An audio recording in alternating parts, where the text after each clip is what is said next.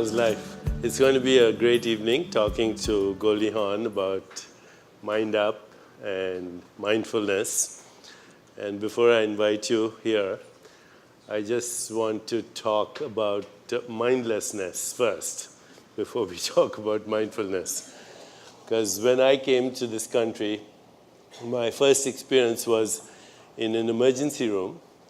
And within 5 minutes, we had a cardiac arrest. Everybody rushed, did their rituals mindlessly, and tried to resuscitate this patient who unfortunately died.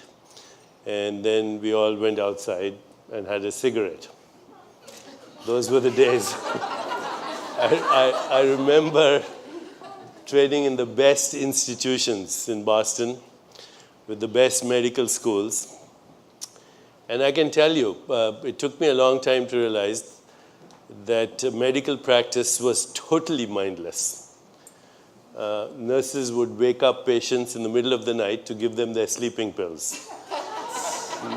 Mr. Smith, would you please wake up? I have to give you your sleeping pill. It was many years later that I realized that our mechanistic system of medicine wasn't working at all. And I became very intrigued when I saw that some patients would recover no matter what, and some patients would die no matter what. And it became very obvious that the human biology is very unpredictable. If you restore the human body to its original state, it repairs itself. And to any experience, there are two components. There's awareness, and there's what you're aware of. That's all the sum total of what you can be aware of. But there's something deeper than that, and that's the one who is aware of the things that you're aware of. And that's the great gift that human beings have, to be self-aware, which is the highest form of human knowledge. So before I invite GOLDIE to the stage, just try this. As you're listening to me, turn your attention to the one who's listening.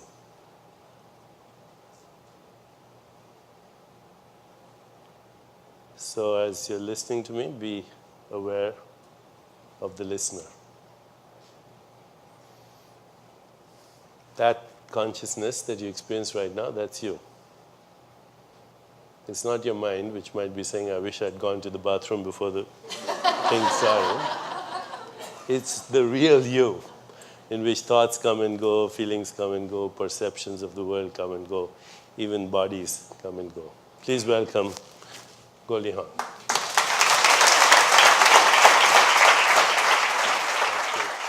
So, GOLDIE, we've never had to turn away so many people. That's so All your great. fans are here. So happy you're here. Yeah, and GOLDIE HAWN is, everyone knows who she is, so I don't need to tell you about Academy Award-winning actress and all the things she's done. We want to go a little deeper than that, right? Good. Today. I'm glad we're going deeper than that. I've known GOLDIE for 20 years. We bumped into each other in hotel lobbies in India. I wanted to see you, I wanted to meet you, and we had dinner together. Right. And you started reciting Rumi poetry. That's right. And I was so enamored with all of this, plus your dulcet tones, your healing sound. And I just thought I had died and gone to heaven. Oh. So that's when I started studying Rumi, these incredible ecstatic expressions of love and devotion. But your spiritual experiences go back a long time. You were telling me about what happened at 6 years of age. I was very young. I was actually 10, and I knew that there was something more than me. I had a sense that there was a greater God, right? And I was raised Jewish, and I definitely had a sense of that, but I felt very close to whatever the idea was of God. It brought me a lot of peace. So I started reading the Bible just on my own and came across the 23rd Psalm that I used to repeat every night before I went to sleep. And it Not really everyone knows the Well, that was the yea, though I walked through the shadow of the valley of death, thou art with me, thy rod and thy staff, they comfort me. It's that one. Anyway, I was a very spiritual young girl, and I knew that there was a lot of things that we didn't see that really did exist. And that's how it started, you know, in terms of my understanding a deeper spiritual life, more meaning to my life. And then when you became a teenager, you were go-go dancing. Yeah, well, I was a dancer. You know, from God to go-go. I mean, that's like fabulous. A perfect connection. No, I was dancing ever since I was 3 years old, so that was really going to be my vocation. And then I went to New York City to dance at the World's Fair, which was really exciting. What happened is when I became successful in the chorus line, I was picked up out of the chorus line by an agent. The next thing I knew, I was suddenly on a television show. It was acting. I wasn't in my comfort zone. It isn't really what I expected that I was going to be doing, because I thought I was going to go home and open a dancing school and get married and be happy, because happiness was probably the most important thing in my life. And everybody in Hollywood was unhappy. Yes, as far as still. Still. And I thought, I don't want to be like those people. At any rate, I had tremendous anxiety. I got very depressed. I was 21. And I had anxiety attacks. And when I would go into public, I would get nauseous, and I would break into a sweat, and I'd lost my smile, and it was something that was really frightening to me. So I went to a psychologist, and I knew that I had to find out what was wrong with me, because it wasn't me. And when we talk about who is the person witnessing the person that's witnessing it, I was self-aware that I was deeply disturbed, really unhappy, and that person that I'm seeing now was not the person that I'd experienced before. So taking responsibility for that, I went to see someone, and for 9 years, I did a real excavation of my own mind and my own psyche and my own purpose and my own connection to my family and my relationships, and mostly my relationship to me. So it also took me through my success, because when people come up and they know you and they perceive you to be a certain way, it can be very daunting, because that's someone else's energy and perception that's coming onto you, and it may not be correct. And if you don't like yourself, then you're really going to be angry with people when they say they love you. So it's best you love yourself first, so then you can honor their love, right? So it really gave me perspective as to the fact that that's only an imprint that I was getting from someone else's perspective. At that point in time, I decided that I wanted a deeper spiritual life, and is when I became initiated into the Maharishi Mahesh Yoga, his transcendental meditation. And then I started practicing. And it was a very profound experience for me. For the first time in my life, I really connected to the deepest joy in my heart. It's like somebody just opened the door to my heart. I felt connected to my being in a way that I met my deepest self. And it was, I think I couldn't stop giggling. I felt like I just wanted to giggle. This is a feeling I've never forgotten, and I know that it's mine. It's our gift. And right now, you're experiencing that feeling again. I am. Right? I'm sure if I was in an fMRI, you'd see it in my I'd brain see right now. The limbic brain. Exactly. It's going crazy. But my daughter Katie asked me when she was 4, "Mommy, is God my cousin?" And I said, well, oh boy, this was a tough one. I said, well, actually, yeah. And I think that God could be many things, all things around us. I said, but you know, here's what I could tell you what God is like. I said, God feels a certain way. So I said, do you know that feeling just before you're going to laugh? Like that giggle? That Bliss. It's called bliss. It's bliss. Right in here. I said, that's what God is. That's that feeling. And had I never experienced that one moment, I never would have known that. I couldn't have shared that with her. So it really was extraordinary. So that long-winded way is the beginning. That is the exact experience that you spoke about. In Indian wisdom traditions, it's called Sat Chit Ananda. Sat means the truth. Chit means consciousness or knowingness, you know. intuition or creativity or knowingness. And Ananda is the blissful pre-giggle experience. You know, they used to call Maharishi the giggling guru. When he first came in 1959 to this country, people in the press started saying he's got this amazing technique that helps people to go to sleep. And he said, oh, I thought I came to wake them up when they say it's about going to sleep. But, you know, I think we live in such an anxiety-driven, stressful society that the best thing we can think of is how to manage stress, Yes. when in fact the real purpose of meditation is to find that peace and equanimity and love and joy that you experience. Let's move fast, Okay. fast forward. You then suddenly, sometime in your life, had this insight that this is what children needed? Yes, I think the insight really came from my love of people. I love children, and children are pure potential. We are now in a time where life has changed dramatically after 9/11. I had an instinct that the world would never be the same again, that it was changing. I realized our kids are going to be suffering some sort of silent distress that we don't know about. And I thought to myself, what could I do, just me, to give something back to children on a larger scale, to change the way they think, to change the way they feel, to give them tools, if you will, to manage their emotions, to reduce their own stress, to become self-aware, to actually try to put a little more humanity back into the human. So that's why I created this curriculum. Because I thought if we put it into schools, that we would at least be able to have some hearts and minds that would be able to shift and change from an early age. So we did understanding the brain, giving them context to emotion. We give them 3 times a day brain breaks.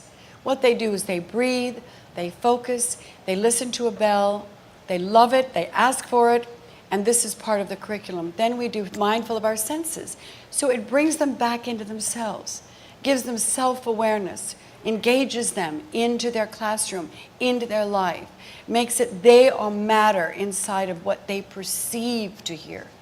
Very important to have children feel that what they are thinking, feeling, and hearing and perceiving has value. Then we do the other part, which is acts of kindness in the community or to each other. We do gratitude journals because you know the research on gratitude is amazing.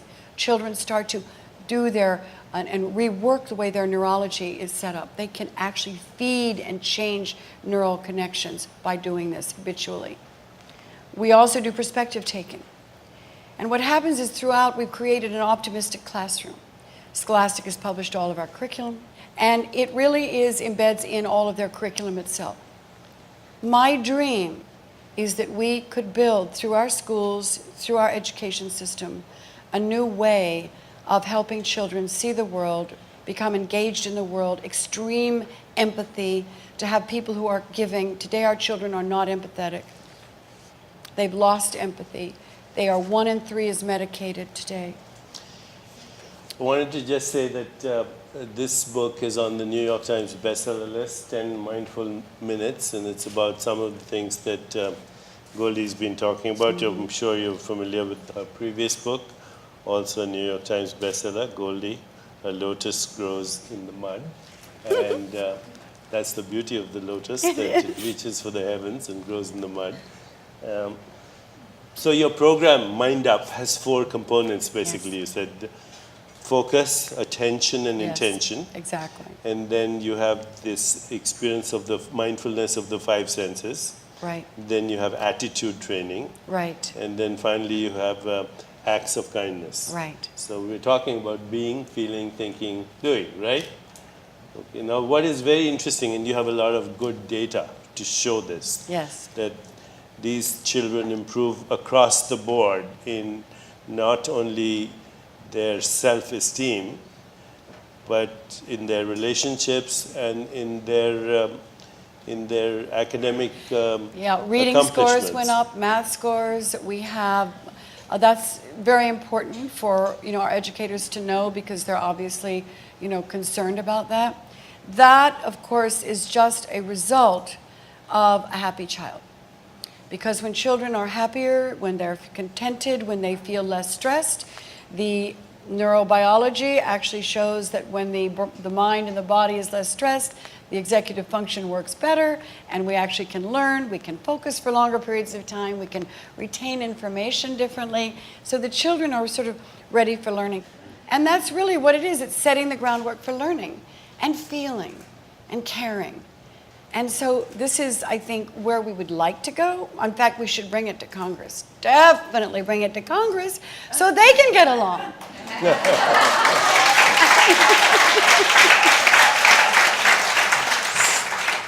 So, and you've now been gathering this data. There's empirical evidence that self-esteem, the optimism went way up. Optimism goes up. Aggression went down on the playground, so that's bullying. The other part is we did cortisol testing.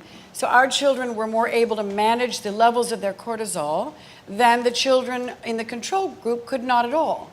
The other piece we did, which was we're going to be going deeper with them at Mishi Jha at University of Miami, but we did with Adele Diamond, we did a prefrontal executive, which is where we showed that our children in Mind Up were much quicker on the uptake, literally had retained information better, and were able to show that their executive function was much more apt to answer questions and be more present in that time period, which was extraordinary results. So let me just take this a little further with our audience, because you already know all this and you've had this experience, but our brain has 3 parts to itself. If you make a fist like this, this is your friend Daniel Siegel calls this the handy model of the brain, okay? So this part is your spinal cord, okay? Which, takes care of autonomic function. This fleshy part here of the thumb, that's your midbrain. It's also called the reptilian brain because it's about 300 million years old, and it's responsible for mediating stress and what's called the fight-flight response. In medical school, we used to say the 4 Fs, feeding, fighting, fleeing, and reproduction. I dare you. This is the one that gets you into trouble, okay? Now, if you go a little further here, you open your fist, this part is called the limbic brain. And this is your emotional brain. So when you feel things like love, compassion, or equanimity, or joy, all the things that you felt, this part regulates homeostasis, which means self-repair, and regulates the balance of hormones. There are hormones secreted in the brain called things like, you've heard these names, oxytocin, dopamine, serotonin, opiates, endorphins. While these make you feel good, they're also immunomodulators. They modulate the activity of the immune system. So you're actually balancing your immune system. You don't have an aggressive immune system because that can give you allergies and autoimmune disease. You don't have an underactive immune system. You have a balanced immune system. And then when you reflect, as you've been reflecting, on what am I here for, what's my real purpose, who am I, then your frontal cortex gets activated, this big part of the brain, and that is the place where we have insight and intuition and self-awareness, imagination, creativity, free will. Critical thinking. And that's what you were saying, the executive function. Okay, so just through these very simple practices, and this is not hearsay anymore. When 20, 30 years ago, we used to think of this intuitively, but now, as you said, if you do a functional magnetic resonance scan, you can actually see that the experience of mindfulness and all those 4 things that you spoke of in your program, focused attention, intention, the experience of senses, 5 senses, touch, sight, taste, smell, sound, when you are aware, mindfully aware of your sensory experience, you're mindfully aware of making choices. The other day there was somebody from Thich Nhat Hanh's group at our center. And somebody said, but this reptilian brain really gets me into trouble. You know, every time I hear the news or, you know, somebody says something to me that's mean-spirited, I react. And this person who was from Thich Nhat Hanh's group, he said, before you do anything, take a deep breath, take a smile to yourself, Right. breathe 3 times, and then respond. So if the phone rings, don't pick it up. Okay, the phone rings, could be anybody.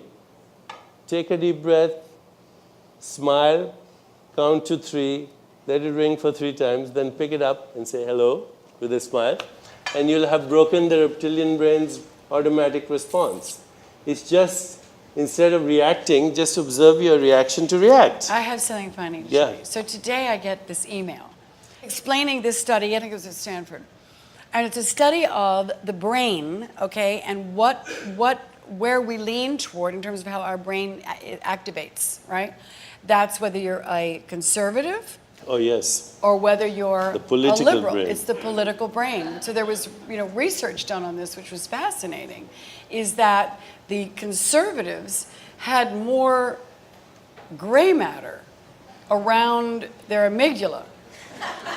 Amygdala is where, It was fascinating. where you don't want to take risks, by the way. That's amygdala. And it also reacts like, it's Fear. a big fear. It's all about reactive. So they found this difference in that the people who were more liberal really like change, and they were, mobile and so on and so forth. But the differences was fascinating. So the question was free will. At what point can you change your brain? Because I've never known to be able to change a conservative's mind, ever. So, not that I can't be conservative in certain ways, right? I don't want to make this like that.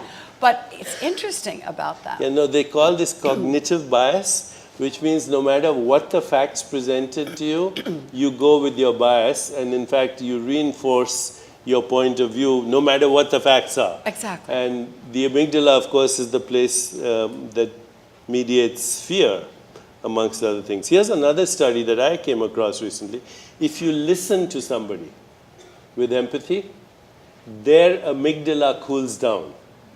Okay, so it shrinks. They become less fearful, and their cortisol level goes down, and their adrenaline goes down just by acting empathetically. You affect somebody else's brain. So can you imagine if we actually trained our teachers this while they were actually in college, a pre-service ability to understand how to do this? But more importantly, I think husbands and wives need to be able to do this. That is, when someone's angry, to look at them with compassion and empathy and basically quiet them down. Wouldn't that be, that's a great tool, isn't it? Yeah. I love that. Yeah, I just noticed 50 Cent is here. Will it work if the person senses that you're doing it on purpose? Like if they say something and you just look like, Oh, yeah. Yeah, it Interesting. has to be authentic, obviously. It has to be authentic. That's a really good question, though. It's like, I know what you're doing. I promised sweetie. Curtis we're going to make him fly one of these days. Oh, God, I think it would be awesome. She knows that's a fact, by the way. So here's a thought that came to me right now.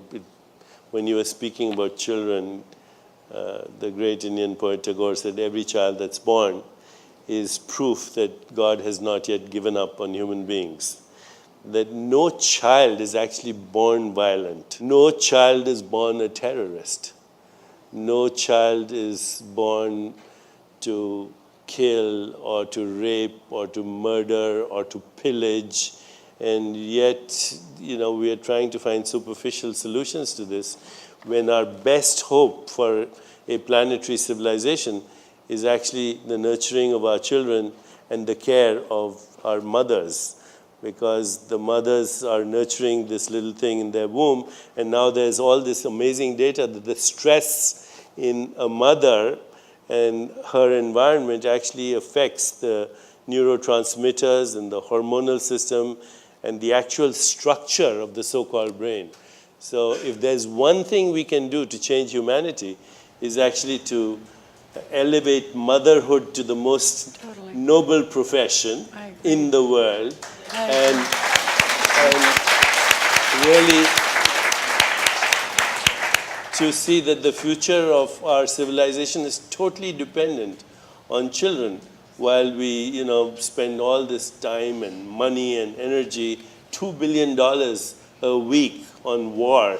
I think it's all connected. That is. the time has come where we've reached a tipping point where humanity is saying no more. Right. And we have to start with our children. Looking at children, you realize, well, if we rearrange the way we nurture our children in the classroom, that we begin to change the way and give them the tools to think differently and look at problems from 100 feet, 100,000 feet up, rather than being in the center of them where they can't make a decision.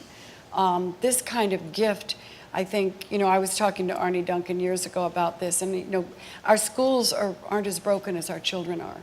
And what are the systemic reasons why they're killing themselves? They're dropping out of school, they're on medication, they're self-medicating, they're depressed. We're medicating our own children, 3, and that's 1 in 3 is just what's reported. So are we really raising a generation of children that's on drugs because they can't focus? They can focus. Of course. They just have to be shown how. So I think people should know that you have the HAWN Foundation, which is a public charity devoted to equipping children with social, emotional skills to lead smarter, healthier, happier lives. And the program is Mind Up. It's called the Mind Up program, and there's a 15-part syllabus that's developed by you through Scholastic. Right, but it was developed by neuroscientists and doctors and positive psychology practitioners as well, teachers. So, Yeah, so you great have group. neuroscientists and teachers involved. And this kind of research has actually literally led to a new field called neuroplasticity, which means the way you think, the way you feel, the way you behave influences not only your own neural networks and the way they're wired up, the saying that neurons that fire together wire together. So you're changing your brain, but you're also changing the brain of those that you interact with. So, your mind is not just in your brain, it's relational. So when you interact with somebody, you not only regulate and monitor, you're also being regulated and monitored by the other person. We're so interconnected that we actually depend on each other for our emotional well-being, but we also depend on each other on our physical well-being, because your emotional well-being actually affects my emotional well-being and my physical well-being. And this data from Gallup, which says that if you have a happy friend, your happiness goes up by Exactly. 15%. But if your happy friend has a happy friend whom you don't know, it goes up by another 10%. And it keeps extending to the point that the happiness of your enemies is good for your health. The happiness of your, we should say, perceived enemies. They're perceived enemies, exactly. Is good for your health. And you're actually changing the neural structure of your brain. Completely right. I mean, think of these implications and what could happen, especially starting at young, where children are self-aware. Then stress reduction actually becomes something you know how to do. Yeah, and stress reduction is the prelude to joy, to Completely. bliss, to Right. knowingness, to creativity, to imagination, and to relationship, and all the things that make human life worthwhile. If you've got innovation, creativity, and we're giving our kids the minds and the mind space and the way to do this, we're going to be a more creative society and innovative. Because at the moment, our children are so overscheduled and so many demands and so much is expected of them that they just want to give up. They're just burned out by the time. So it's sort of like give our children some space to be. Talk about the foundation and where the future of Mind Up. It looks like we're going to be implementing in Miami. I spoke to the school superintendent there, and we're going to be implementing there and doing actual research on the kids with CAPS. So we're going to be able to start looking at their neurology and their sort of, what do you call it, brain activity. Because we want to look at attention. Is that how does this program and this 3 times a day or 4 times a day brain break help develop attention skills for the kids? Because obviously that's a big issue. So that's the one thing that we're doing. We're also in about 20 schools in Newark right now. So we're working in Newark, we're in Chicago, we're moving around, we're doing and great over stuff. 1,000 classrooms, educators in the UK and in the United States. US and Canada. Yeah, and that I think is an old number. I think it's grown from So there. how can people get involved with your foundation? Well, how can you get involved? First, you can tell everybody about it. Secondly, you can send in a donation to us. We work What's on the donations. website? The website is www.hawnfoundation.org. And help us. It's, you know, frankly, it's, as we break it down, it's about $10 a child. Amazing, So- isn't it? $10 a child Right. to bring the next phase transition in humanity if we all get together. Exactly. You know, it's one child at a time. Right, it is. Goldie's book is 10 Mindful Minutes, and it's a really worthwhile read. It's on the New York Times bestseller list. There's nothing more important, I think, than what you're doing right now, and I just want to thank you so much so much. for giving people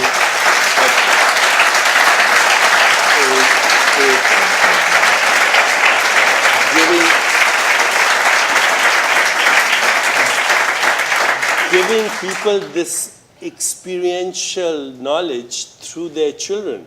So we don't stop with the children. We go Exactly, beyond that now to the exactly. teachers, To the teachers, and right. to everybody. Right. Building all of these components. Parent, I think, is important. That's why I wrote that book, because the parents actually came to me from the program and said, but what about us? I mean, how do we learn how to do this with our lives? So I had no idea that it was going to, there was such hunger out there. And you know, while science can give us all this validation, we don't really need science. I mean, do you measure your oxytocin level before you decide to marry the woman you love? You know?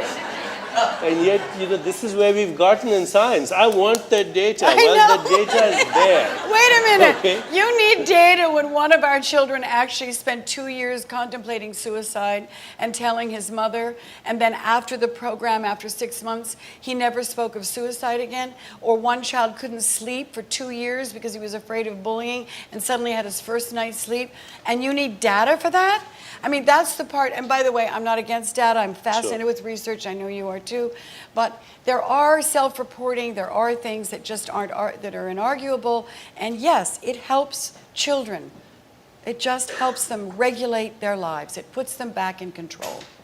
So go tell it to the judge. Thank you. Okay, so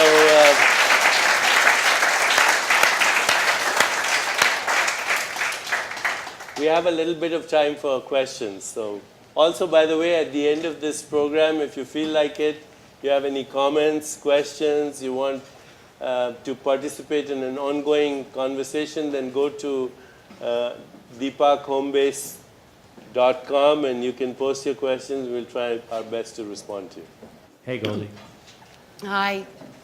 One of the things that I think that's amazing about what you're doing is you're helping children understand that there's hope, and that you're helping them understand that they can lead better lives, live better lives. I know that you're going into schools.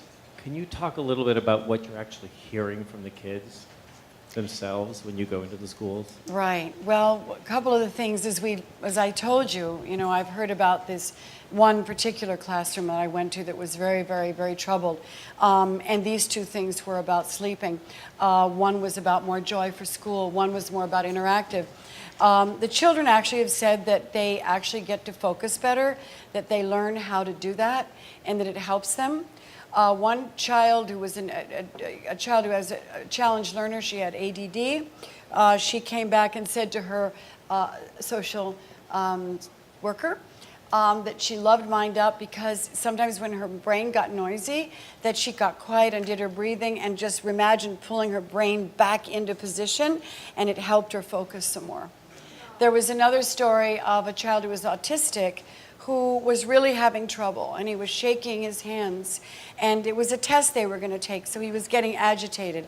And one of the little boys came to the teacher and said, I don't have his name, but this little boy is really having an episode. He said, could we do our mind up breathing and our brain break right now, and it might help him. So the whole class got together, sat in a circle, and did their breathing, and this child stopped shaking, was ready to take his test. It was very moving. So these kinds of things are incredible. I tell you another great story. For which, by the way, doctors mindlessly prescribe Ritalin. Exactly. So there are ways that we can give these kids these tools without medication. There are ways that you do need it, but I think it's overprescribed. Another great story was a little boy came into his room and he was crying, as children do in schools often, and they're not even sure why, and our teachers really aren't equipped to deal with it. So they come in with this stress. So they were all sitting in a circle when the teacher came in, and the little boy was just wiping his eyes, and she said, what's going on? We're doing our mindful breathing because so-and-so little boy is upset. Well, he's upset because his father is going away for 3 months, so I guess he was being deployed. And then each child, there were 3 boys in that circle that said, my father went away too. He had brain cancer, and I couldn't see him for so many days, but he's better now, and he's home. And the other little boy said, well, my mom and dad split up, and I was afraid I wasn't going to be able to see my dad. He said, but then I get to see him every other weekend now, and it's really good. Now, I'm saying this because the community that's built in the classroom because of the empathy building, the perspective taking, how everybody gets to smell the same thing and have a different opinion, or do a brain break where the whole room is quiet. It actually creates interconnectivity, whether we like to see it or not. It's the beautiful thing of the unseen world, is that all of those things are moving around you and creating a family. So they were sharing their stories, making them feel better, bringing them handkerchiefs or things. You know, human kindness is something that a society cannot live without. We will certainly decline and go into ruin without it. So again, building those kind of beautiful attributes is something that, you know, I'm excited about. Let's put it that way. And there are many other stories. I could go on and on. They're pretty great. I grew up watching you on TV in Western Canada, and I know you love Canada. You created a lot of blessings because you're like giggle dust. But I wanted to know what you thought about American television. There's some very good things on television, very good. You have to look for them. You have to have the intention to actually want to see good things. But we are fed, in many ways, things, and I say we're fed because some people just turn on TV mindlessly. But we're fed a lot of things that actually undermine the psyche, a lot of negativity, a lot of things that are building sort of a generation of entitlement to know about another person's life, or an entitlement to really behave a certain way or say certain things without conscience. I think it's very damaging, to tell you the truth. I'm not an expert. I would only say that I would monitor my children's television viewing very carefully today. When I was doing television, of course, it was quite different. You know, it was very joyful in many ways. I mean, and there was a lot of poking fun at things, and of course, laughing was one of them. And Disney, yeah. But I think that there is a great responsibility, in a way, of the people that actually are creating content on television. And it's turned, of course, it's obviously about money, but I'd like to see a little bit more conscience. Are you thinking of bringing your curriculum to inner city schools? It already is. Okay. It already is in inner city schools. In fact, it's in 20 Newark schools. Newark's a very, very difficult schools, obviously, system and area. We have Mind Up in a lot of those areas. What's interesting about this particular curriculum is that children of affluence also need this, because it really isn't about, you know, how can I basically feel, you know, good about myself. It's how to viscerally connect them to the feeling, to experiential feeling of the being okay, and the idea of having the components that are basically cognitive, right? And giving them these exercises that are fun, changing and shifting the way they feel without being told anything, right? So it works brilliantly that way. So yes, the answer is yes, we are in inner city schools. We're also in charter, we're also in affluent schools. It's across the board, and it's wonderful to see the change, isn't it? And I think it's because they actually think somebody cares. And I think that's a huge part of it. Hi, Goldie. I love you. Just want to tell you. I love this is an amazing program that you put together. But my question is, as you guys said, a lot of development is based on how you were brought up as well in your family. So what are you doing with the parents of these children? Is there any type of training that's involved, and how does that go? That book is for parents. Oh, So the book that's is the for parents. first thing that I've actually done that is for parents, caregivers, and teachers. Basically, it's about how to self-manage yourself first before you even think you can begin to manage your children. So it really is a book how to become more self-aware, with also aspects of techniques in there and things you can do with your children as well, right? We are also in the process of looking into building a parent component, because we do have parent meetings and so forth before we implement, but I think we need to have parent groups. And for this, I was down there and I realized there's a parent academy that's been put together in Miami-Dade County. I think it's awesome. So I'd like to replicate that. You mentioned earlier that technology today is kind of destroying the intimacies that parents and children have. And so my question is, if you were raising Oliver and Katie today, what would you do to ensure that they had a nice solid foundation despite all of the technology that's going on around them, and kind of have the best of two worlds? Because Well, first of all, I think I threw one computer out. I'm not sure. No, I think that there's time spent on the computer. I think it's great. I think there's time spent outside. I think exercise is vitally, vitally important. It also grows neurons. It's very important for the brain. I think games and competitive sports and these things that our kids were in, they were in hockey and baseball and so forth, is the greatest thing you can do for a kid. Very important that we used to do, and we didn't always get there, but it was our plan and we did a lot. We had family dinners every Sunday. Because I know that their kids had to run, they had to go, we were running with the food and the thing and the cars and the driving. But Sunday was the time for friends and family to come over, and the kids ate dinner, we ate dinner together. So creating that connectiveness, it was, taking their and diversifying their hours in the day.